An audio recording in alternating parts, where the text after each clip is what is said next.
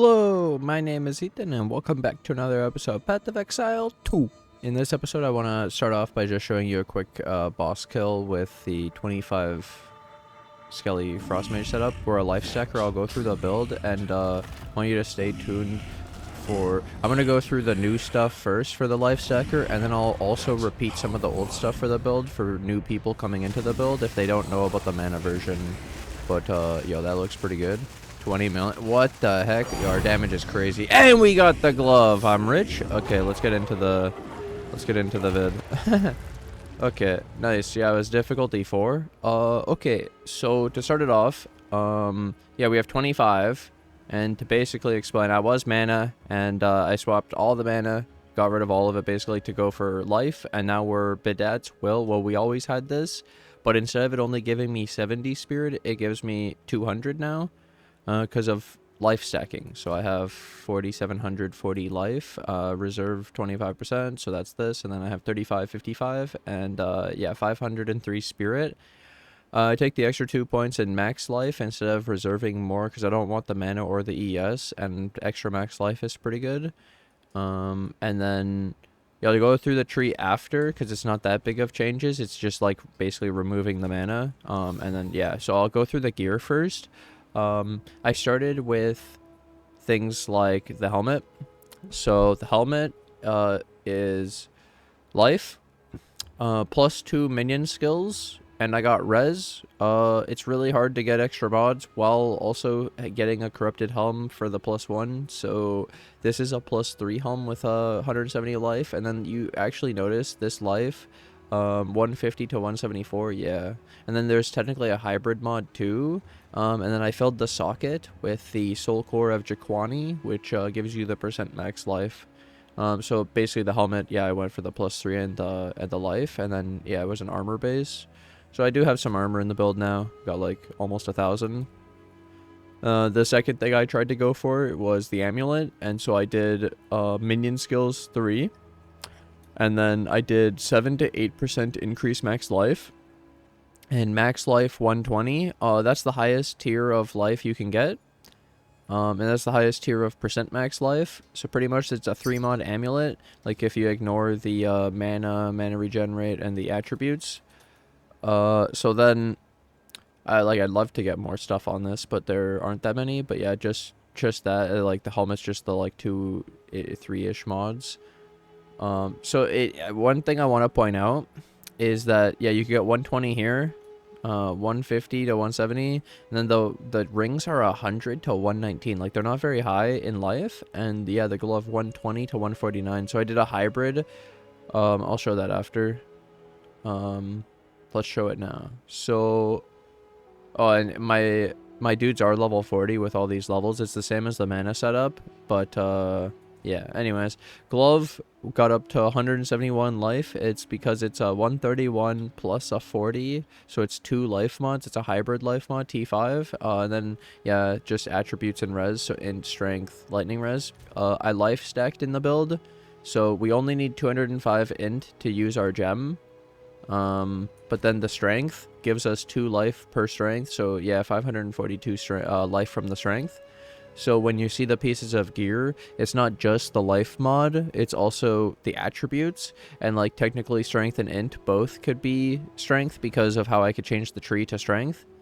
So it makes gearing up a little bit easier because of the tree swapping the attribute nodes.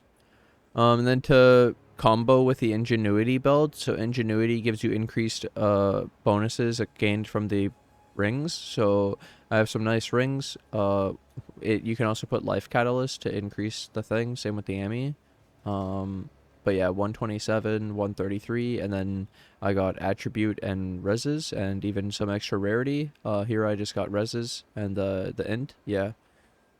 So I have a lot of attributes in the build. I stacked a lot because I realized that the life mods are pretty low, and so you kind of have to squeeze out more life. And then to combo with all of this flat life that I've built through the strength and through the gear and through the base leveling, we had 1600 without like any life gear, for example. So this is a 35% increase max life chest.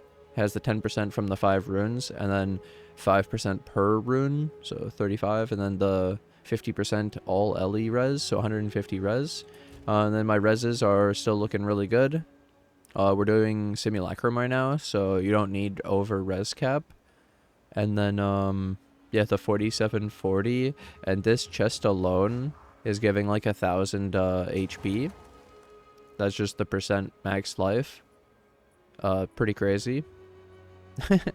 Like, you could also run the percent max life Mahuatol's Machination, the shield, like we were doing for the mana. You could technically replace these soul cores with percent max life, and then you could have giga life through that instead of getting the levels for the trench timber, but I went with the trench timber for now. Okay.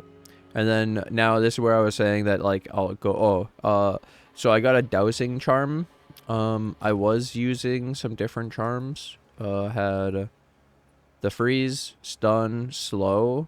I was using a charm belt.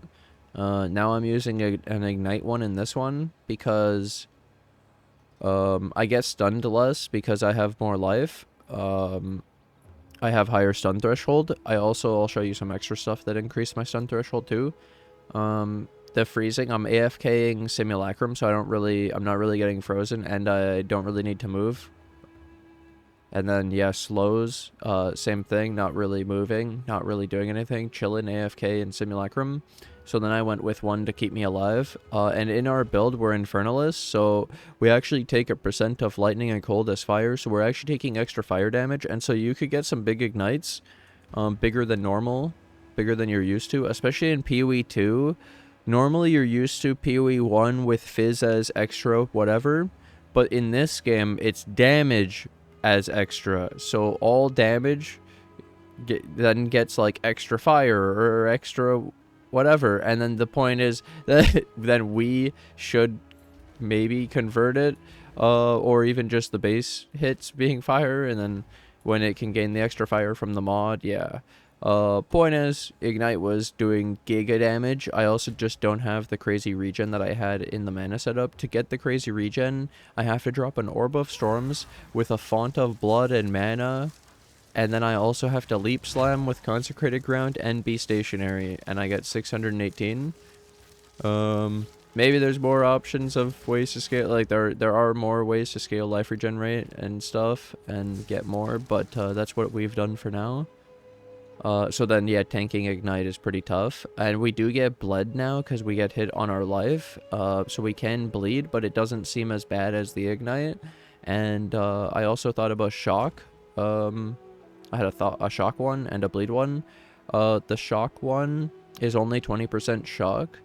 Not 50% like PoE 1. So it's not as bad. Where the Ignite actually just feels just as powerful as PoE 1, or maybe more powerful. It's really strong. It's actually insane. So yeah, I went with Ignite. Highly recommend this. It's also immunity to Ignite, and it removes Ignite upon... Yeah, it'll actually remove the Ignite and then make you immune to Ignite for 4 seconds. So it's really good compared to the cannot be stunned. Doesn't remove the stun. So you're still stunned. You just cannot be stunned again, which is... repetitive stun, sure, but it's kind of dumb. Okay, now, so yeah, I mentioned all this gear for the life, and then now I'm going to go over some of the old stuff in the setup, because, like I say, new people into the build may not know about the mana setup. So pretty much I'll start with the Bones of Allure. Yeah, 23% reduced reservation, tons more of the mages, 25, hella worth it, got the cost down to 20 per, so highly recommend Bones of Allure. My scepter is basically just a Purity of Lightning scepter, the Shrine scepter, and then I have the +5 and the cast speed and the spirit. You could basically ignore the mana. This was for my mana setup, but to replace the scepter with just those 3 mods is way too expensive, and it's basically a mirror to get a 4th mod that actually matters, like allies deal damage. So just... this is what I have, and it's basically, yeah, just having cast speed and +5 is expensive. Getting the extra spirit is where this item becomes really, really stupidly expensive. it's how I added the spirit myself. I actually had like accuracy rating or something, and I replaced it with a whittle, and I got spirit, and that vid was sick, dude. People were freaking out. Yeah, this scepter's still insane. And then the trench timber with the corruption for the +4 instead of the +3, huge. That's how we get all the levels. So +4, +5, +3, +3. It's so many levels. And then that's the gear. And then I did the melting maelstrom. You can recover 1,000 mana. It's still good even with the not being mana. I still use mind over matter, so I'm still tanking with my mana, and like an 1,000 mana pot is still pretty good for PoE2 since they don't heal that much normally. And it has some extra recover 372 over 10, so it's like 37 regen, and when we only have 50 mana regen, 37 extra is pretty good, and it recovers to full. And then yeah, I'm still using the life flask. If I had more currency to buy the unique one, you could, but yeah. I'm gonna go through the gem links first before the tree. The tree's not that big of changes, but I'll go through all the jewels and stuff for people who haven't seen stuff. But I still have the clarity on. Vitality, cannibalism is cool. I'll have to show you my dog link next to explain this. So 4% of life recovered on kill. The kills from your frost mages don't count, but if your Hound ignites them, you can get the kill, and then you recover 4% of life, and we have 4,700, so that's pretty good. Recovery from life flask as well, but I think that this may not affect an instant life flask, by the way, because I've checked. 529, I think it's talking about recover, so you have to actually be recovering, and this is instant, so it doesn't actually, I don't know. Anyways, the Hound, because I want it to ignite for the kills, and because we're life, I changed it. So imagine +1/+1, AoE, magnified effect, minion mastery, fire mastery, wildfire. We're spreading the ignite again, and fire exposure. The spread doesn't work that well because we just kill everything before it spreads. But like, I don't know. I want the ignite because I want the kills, so as I wanted the recovery because I switched to this setup from the mana, and I gave up so much regen that I wanted to make sure I didn't die because I wanted to get my 98, and we did it, dude. We got our 98. I'm so happy. Okay, so yeah, Hound is ignite to get you the kills, and that's what I've been running to level up. Yeah, Frost Mage, got the wildshards, fork, cold pen, cast speed, arcane tempo, and then feeding frenzy, same link. And I wanted to show this. I probably should have showed it sooner, but I showed the damage on the boss, so you know that should be pretty good. 104k DPS per, and we have 25 of them, so 2.5 mil per second. I don't use the blink, but if I do, it has ingenuity. Leap slam, I changed it. This is part of why the Hound changed. Another reason I wanted the leap slam to be good, so martial tempo for the attack speed. It's so fast. It's actually so sick. This more stun threshold, so you don't get stunned out of the initial animation of, you know. And then Holy Descent. When you land, you create Consecrated Ground. I already kind of showed this part. I leaked it because I wanted to show the regen. So I did the math. It's the 5% of my regen, of my health regen, per second for 4. So 20% of your life over 4.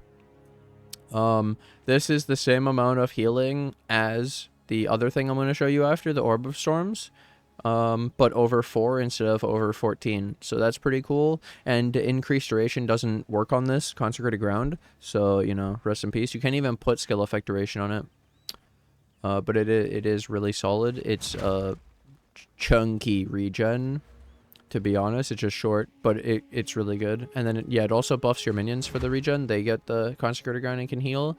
So technically better minion survivability. Wind wave. So you know when I said that you're gonna have a higher stun threshold, and like we already have a higher because we have extra life. If you get stunned, you wind wave, and wind wave knocks enemies back on hit. But I think you can't knock back an enemy that's frozen, but then the frozen enemy shouldn't be stunning you, right? And then I made this skill mana cost convert to life because I'm mind over matter with not a lot of mana now, only 1,000 instead of 5,600. And so when I get chunked from my mana, I wasn't able to leap slam, which is my main mobility skill. Like, my walking compared to this is really slow, so I like to leap, especially this can leap through enemies. It's kind of like phasing as long as you're not blocked by terrain. So yeah, I wanted to make sure I could use this in the worst case scenario, which is I'm getting hurt, I have no mana, and I need to move. Especially with Mana Siphoner in the game. Let's say your mana is not reliable, so then now your skills still, you can make one skill still reliable as a life build, not relying on mana. Yeah, so it's life. Huge. Okay. I don't use the Hypothermia now, basically, but if I do, it's got the reduced delay from Focus Curse and Heightened Curse, increased effect of the curse, but I barely use this because the monsters have less effective curse, and I have other buttons I can press before this one, like Eye of Winter. Eye of Winter, highly recommend, because it can stack up critical weakness, 10% base crit with 20 stacks, and alright, my minions only have 11% base crit and 5%, so when you give them the extra crit, they get a lot of extra, they're basically doubling their crit, and so doubling their damage. It's almost like tripling the dog's attack damage, technically, but anyways, yeah, you stack crit weakness with this, and then I also stack cold exposure when it crits, so then I increase the effect with strip away of the cold exposure, so 26% cold exposure. We unleash, so we get multiple, and then we got pierce, so it goes through the enemies because the density in Simulacrum is so insane, and I don't care about the damage. And then I made the skill cost 40% less because, like the other one, I was having mana issues, and so now instead of it being 230, it goes down to 138. And the reason, part of this, to explain why this is so impactful, because you think, holy, that's a lot. The less goes first in PoE, I'm pretty sure. And so when this one has a 150 multiplier and this has a 120 multiplier, the less is first. So the more is less effective, basically, because the base is smaller. So instead of having 1, you have 0.6, and then it's 0.6 by the 150, so that it's only 0.3 extra, so it goes to 0.9, you know. But if you had 1.5 of 1, it goes to 1.5, so you got 50%. You know, it's still the same, but it's like relative of the base. So when you less, you actually have made the base smaller, and then it gets multiplied up. So you actually need a bigger multiplier to get back. So less is huge here when we have big cost multipliers. And they, like I say, 138. The curse is 400. Like, I'm not using that. And then I mentioned the Orb of Storms, but basically, yeah, someone mentioned in the stream that this could be used as a stationary object and has a really long duration. So 10 seconds, and then you can use persistence, so it lasts 40% more, and it just straight up works to be 14 instead of 10. And then Font of Blood extended the duration off of the stationary object, which is sick, because I tried to do, like I say, persistence for the Consecrated Ground, it didn't work. So anyways, Font of Blood grants 2% life regen per second to you and your allies. So yeah, you get Font of Blood, Font of Mana. I showed you the regen, and then this is the same amount of regen as the Consecrated Ground, but it's over 14, which is really cool. So you could think of it like 137 times 14. Anyways, yeah, the more skill effect duration. I made it knock back the enemies on hit with Bludgeon because it says chain 18, maximum bolts fired 24, 14-second orb duration. So I was looking through links and I went, let's Bludgeon to knock back the enemies, and then I find out, like I said, that it seems like when the enemy's frozen, they can't be knocked back because their action speed is 0. So then, yeah, Fauna Manor's 40% increased mana regen rate. It's kind of like a Clarity, which is 30%, but costs Spirit, but this is just when you use a stationary object and it's during the duration. So yeah, 14 seconds at 40% mana regen rate, pretty cool. And then, yeah, this chain thing's crazy on this one because without this, it already had 8 chain because apparently the quality gives you 3 chain and it already has 5 chain.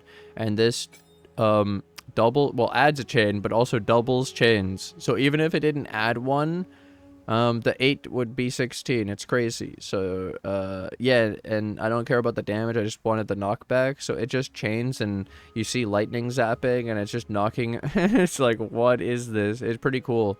It's actually really cool. So those are my links, and then my tree. So I'm gonna start off with this view of it, and then the rest is jewel sockets to simplify it. So the main, I'm going to first talk about the main differences. I took out this max mana, took out Eldritch Battery.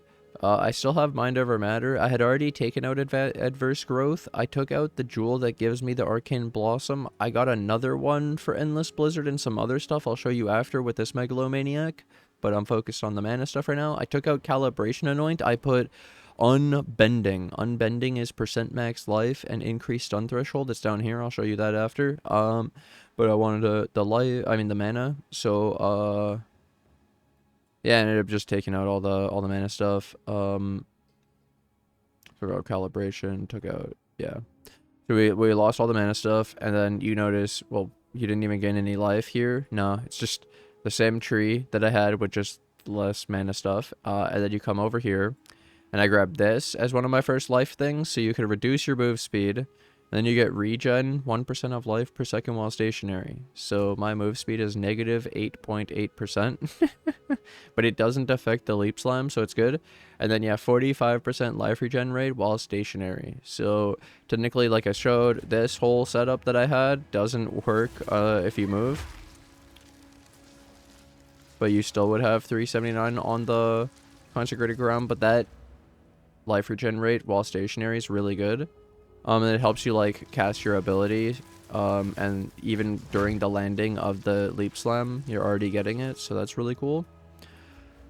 And then yeah, the jewel sockets. I'll show all the other ones after as well because they're really important. But I was just showing like the pathing. This is an anoint. So technically, you could path all the way down here, and then you get some minion damage. So 45 minion damage in 3 points for pathing all the way down here. And, like, technically, I had, because I pathed here for this 1 point, for this life stuff, I have a 5-point jewel socket I could technically take, but I went down instead. So, yeah. Then I want to show the jewels. I guess I'll start from down here. I have so many now. So, minion damage, crit hit chance, and crit damage bonus. So, sometimes I have these jewels, but they're more expensive than just having minion attack and cast speed. And then one of these two, double crit, is more expensive and kind of sought after, but they're more expensive. And it was just because I already had bought it before and I had it, so I used it. And it has a corruption for cold res, and like I need the cold. It's kind of nice, you know. 3 mod, but it's corrupted for a 5th, but it didn't do anything. So minion damage, minion crit hit chance, and crit damage bonus. So like I said, I had a few of these, so I ended up putting them in. And then the more crit you have, it's like exponential, kind of. And then yeah, minion damage, minion attack and cast speed, minion crit hit chance, and then minion accuracy rating. Damage, attack and cast speed, crit damage bonus, and then the corruption for chaos res. Damage, attack and cast speed, crit damage bonus. Oh, and then this one has cannot be hindered. So just like the cannot be stunned, you can have a ground of hinder and you could get hinder, but you can't be hindered. Yeah. So you're not immune to hinder. So if you get hinder, you actually do have hinder. This is immune to mim. And then yeah, minion damage, attack and cast speed, crit damage bonus.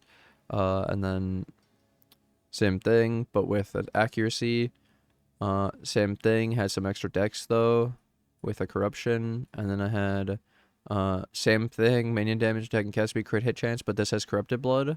And then I had a 5 mod, so this is also possible. So you know how we had the accuracy rating? It's a prefix.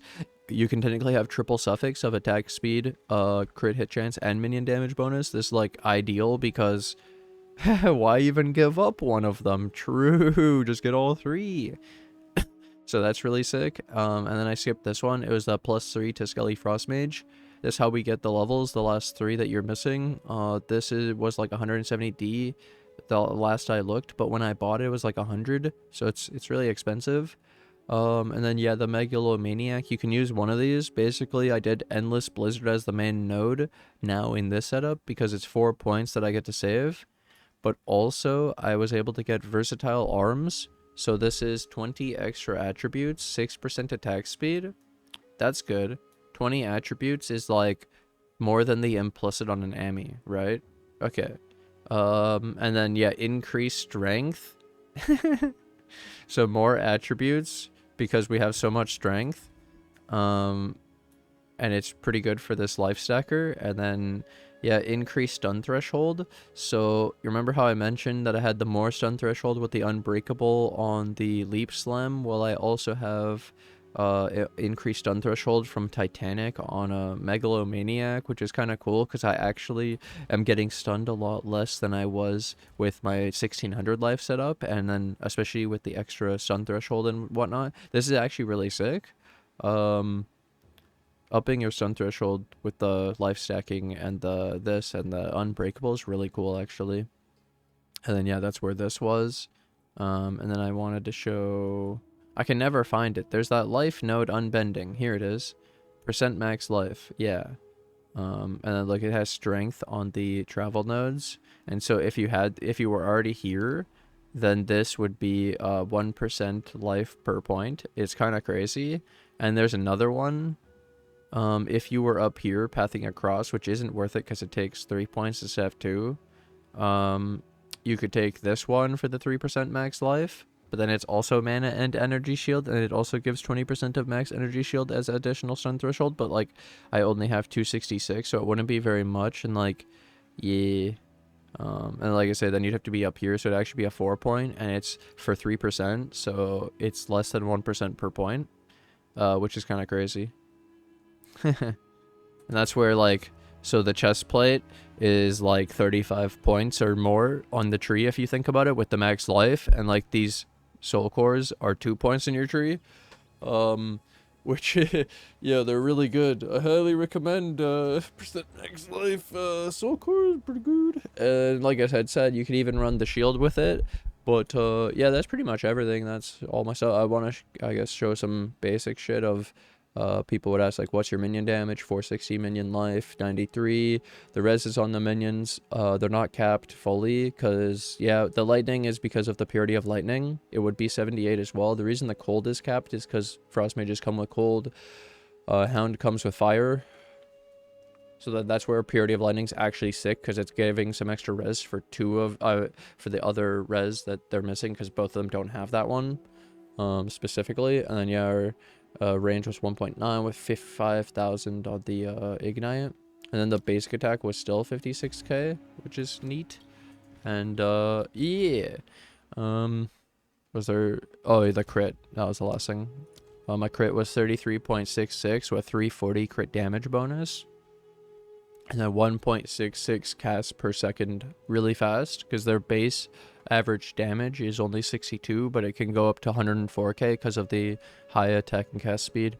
It's where I actually do kind of prefer the ones with the attack and cast speed, not only because it's cheaper than the crit, but also I really like the feel of the speed over crit. Like, sure, the crit could be more damage, but in actual like real scenarios, it's hit the enemy and freeze them or kill them before they hit you, and so the speed is really important. And also a side thing, when we get all that attack and cast speed through the jewels, we get it because we have trench timber. Increases or reductions to minion attack speed also affect you, not cast speed, attack speed. So then with attack speed, why would we want that? Well, I showed that the leap slam, I'm using the martial tempo. The attack speed scales it, so it makes you leap faster.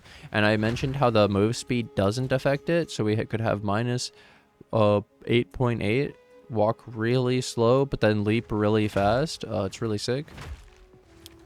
And like, I actually, when I did that breach to show off the boss, I still had like 30 seconds on the timer. I was faster than the thing was going. I actually first time noticed that the spawning in the breach, it like, they actually made it so you can't get ahead of the breach now in a breach stone.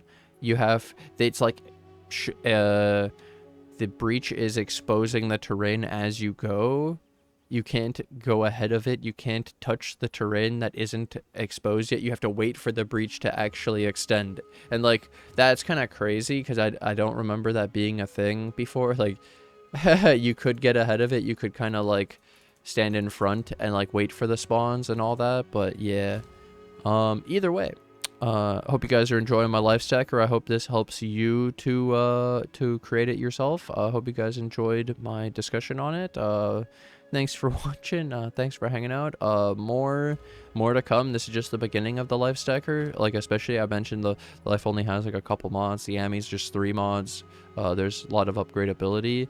Imagine a better ingenuity, better rings. Like I also mentioned Ventors can get 80 life, but then could be corrupted to be like 90 plus the catalyst. So Ventors can kind of compete with a normal rare ring for life, and then it can also give you like 40 spirit with the ingenuity, so you could get like 80 spirit out of 2 rings.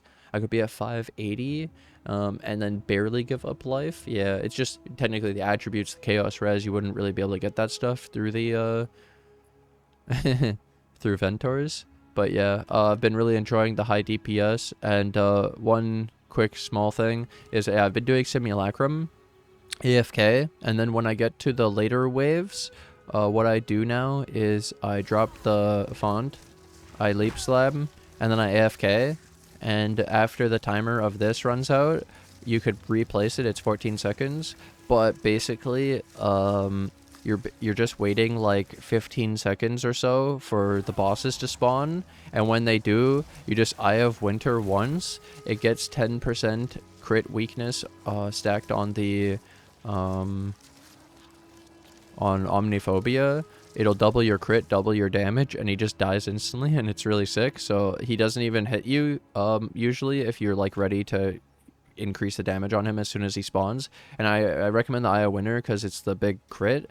You double your crit, and like that's really good damage. And then it's also the exposure, so technically it could be 26% extra. But even just the stacking the crit weakness like gets the enemies insta killed for me, so it's really sick. That's the gameplay for me. I'm pretty AFK now, and yeah, like I say, I just have to react when the boss actually spawns and just boost the damage a little bit. So yeah, if we scaled up our damage even further, bro, imagine I don't even need the Eye of Winter soon. Well, either way, let's take this opportunity to thank my Patreon and YouTube members who financially support the channel. Thanks to Rico, David, Hannes, Cynic, Jono Mercy, Austin, Salad, Johan, and Hate. Thanks so much for the support, and I'll see you guys in the next episode. Bye!